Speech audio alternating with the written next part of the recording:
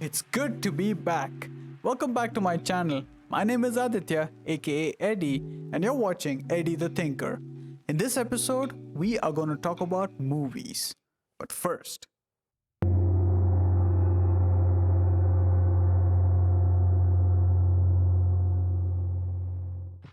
movies entertain you, they inspire you, they give you a glimpse of what our planet look like or perhaps could look like. People enjoy movies for one reason or the other. Perhaps you like to escape to a fantasy world where magic and dragons are real. Or perhaps you want to solve all the world's problems like a superhero. Or perhaps you want to go to an earth that's not polluted. This pandemic, movies have been a wonderful source of distraction from what's going on around us. But my problem is with the quality of movies. What YouTubers do here on YouTube is essentially a Hollywood production on a much smaller scale. So YouTubers, well, it's typically a one-man show or perhaps it's a small team that's involved. So they come up with the idea, they research it, they write the script, they film it, edit, promote. Everything is done by just the small group. Whereas Hollywood, it's actually not so different, except for the fact that they have a dedicated team for each step. So they have a team that does the writing, they have a team that helps in the filming, they have a team that edits. I mean, you get the point. Another thing about Hollywood is that there's a lot of money involved. Man, if I have access to that money, I would upgrade all my equipment. My videos will look so awesome. Well, that's why it's shocking that Hollywood can't deliver a quality product. And mind you, if YouTubers can do this with a small budget, small crew, or perhaps no crew, and in a short period of time, why can't Hollywood do it? Well, in this episode, I'm going to give you my reasons as to why I feel movies today suck. Heads up, I'll be presenting the information in point form. I'm not ranking them, I'm not saying one is better than the other. It's just information in point form. With that out of the way, let's get started. Quantity over quality. And by quantity, I mean sequels, remakes, reboots. Are you even surprised? Even time is no protection.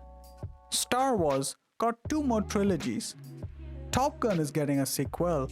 The Jurassic Park trilogy is now extended with the Jurassic World trilogy. I hear that Indiana Jones is getting a sequel. Why? Why?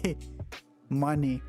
Need those profits. What's a good guarantee of profits? Sequels. The characters are well established, the story is familiar, and in some cases, time leads to nostalgia, and nostalgia is good for business. Just because a movie or a concept worked once, it does not mean it needs a sequel. I understand in some cases this is done to hold on to rights of the characters or the franchise, but I mean, if you really want to hold on to the rights, take the time and give us a good movie. Why do you have to punish the fans with this half-baked, poorly produced movie? Alright, moving on to remakes and reboots. My question is, why destroy a classic? Take a look at Disney's Lion King. Well, both of them. Although they call this live action, there's enough CGI in there that it's an animated movie. And what's wrong with the original? Frankly, I prefer the original. I feel they conveyed expressions better. I don't want to talk about it. Sequels, remakes, and reboots, I mean, they do more damage than good. People who grew up watching a certain series or, a franchise, they associate the movie or the series with pleasant memories. Imagine how they would feel. I mean, their favorite franchise is gone.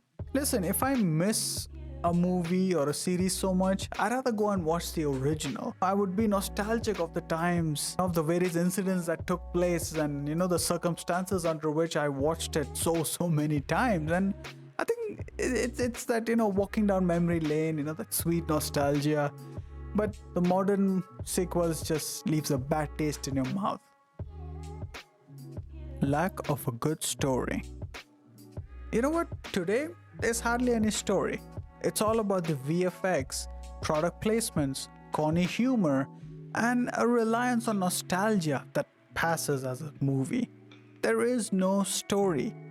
Even if you look at the writing, I mean, the characters are so shallow, one-dimensional, and there's no growth. I mean, there's no reason to invest yourself in a character. If you notice, many of the scripts are lazy adaptations. I mean, they pick the most successful novels or the video games and they just butcher it. Take a look at Assassin's Creed.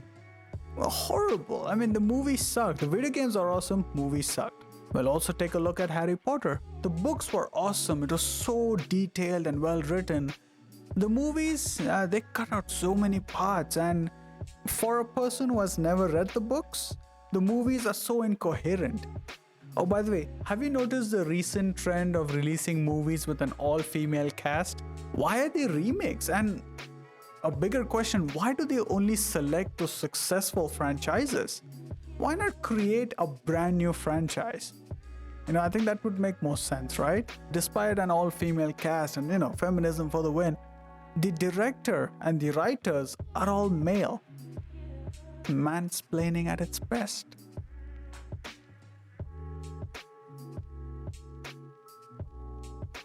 It's the blockbuster recipe, what they call a cookie cutter movie. A recipe that's guaranteed to bring in the profits. You know what? Here is your red pill, blue pill moment. You take the blue pill, the story ends. You wake up in your bed and believe whatever you want to believe. You take the red pill, you stay in Wonderland, and I show you how deep the rabbit hole goes. I'm going to reveal the recipe. I'm gonna ruin the movies for you. So, if you don't want that, maybe you should skip to the next part. Well, let's start with action movies. Typically, the movie starts with a lot of technical terms, jargon on politics, computers, and the lead, the main hero, he's a maverick. He does not follow the rules. And lo and behold, he gets in trouble and he's suspended. And while he's suspended, he solves a problem and boom, bam, poof, blast later, problem solved. And then he's reinstated. He gets his job back. Oh, and they throw in a romantic angle to make him look more human. Comedy, well, that genre is dead. Just doesn't exist anymore. I think it has blended with the romantic comedy genre. The boy loves girl or the other way around. Girl loves boy.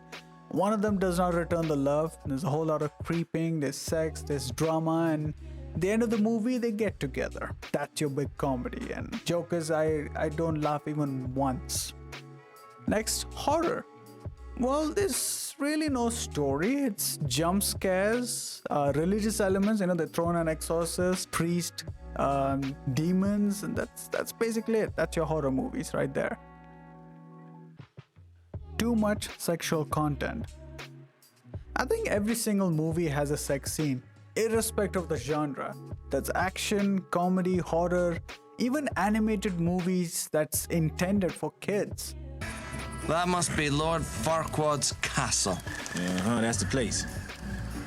Do you think maybe he's compensating for something? Bachelorette number 2 is a cape-wearing girl from the land of fancy. Although she lives with 7 other men, she's not easy. I thought the Earth wasn't supposed to move until the honeymoon. What size? Foot size doesn't matter. Hey, are you hungry? Maybe you're hungry. I know just the thing. Hush, hush. This animal. I'm your baby, and this is my milk. I thought you were a female!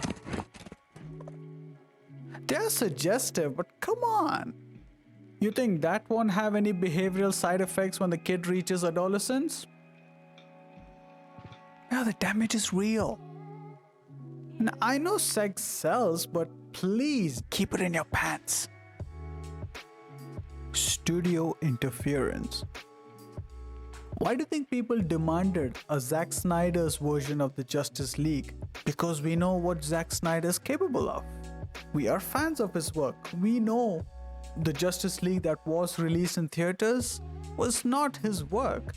The movie was so rushed, incoherent, and incomplete. It's just not him. What was the problem here? Studio interference. Let me get this straight. We expect a studio executive, typically a businessman with little or no artistic experience, to call the shots in the movie.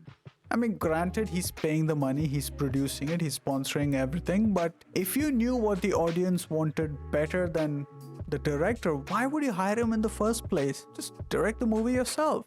Maybe a certain style of presentation work for a movie, like, maybe for a different director from a different studio, but that doesn't necessarily mean it's gonna work for you as well.